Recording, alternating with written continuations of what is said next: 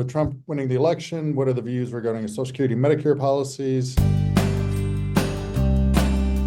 Welcome to Barry's Bites. Please join our host, attorney and financial advisor Chris Barry.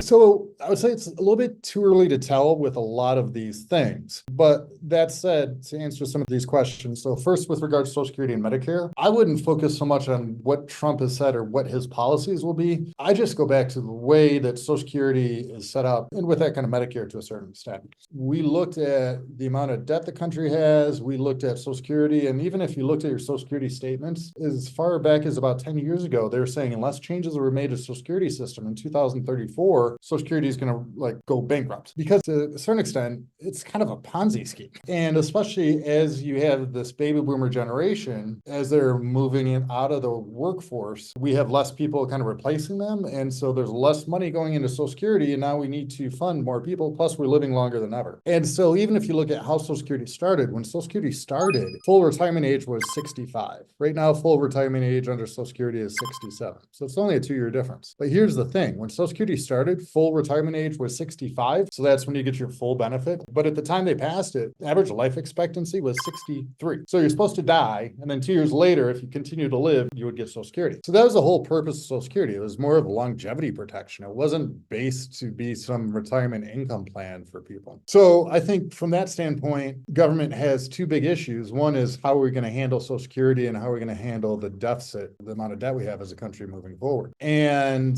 that's irregardless of which side won. I think it's just a government problem. The way Social Security is set up, unless there's changes made, it's going to fail. And so that's where I have these conversations quite often with clients of like, hey, I want to take my Social Security now, or what if they change Social Security? I don't see them really changing Social Security for people who are about to take Social Security or already on Social Security, because like a lot of people depend only on Social Security. So they could look at some means tested program or something like that. But really what I think they're going to do, and I think the Secure Act, which they passed in 2019 was a precursor to this, is I think they're going to push back full retirement age from 67 to maybe 70 or something later. The Secure Act was kind of laying that foundation where they pushed back the required minimum distribution age from 70.5 to 72. Now it's 73 or 75, depending on when you're born. So I think the real reason they pushed back the RMD age, I think they're just setting the stage to then push back full retirement age for Social Security. So I don't think it's a Trump thing or a Harris thing. I just think the government, one way or another, they're going to have to stop kicking the can down the road and deal with Social Security. And the way that I feel they're going to do that most likely would be pushing back full retirement age for like the earlier generation.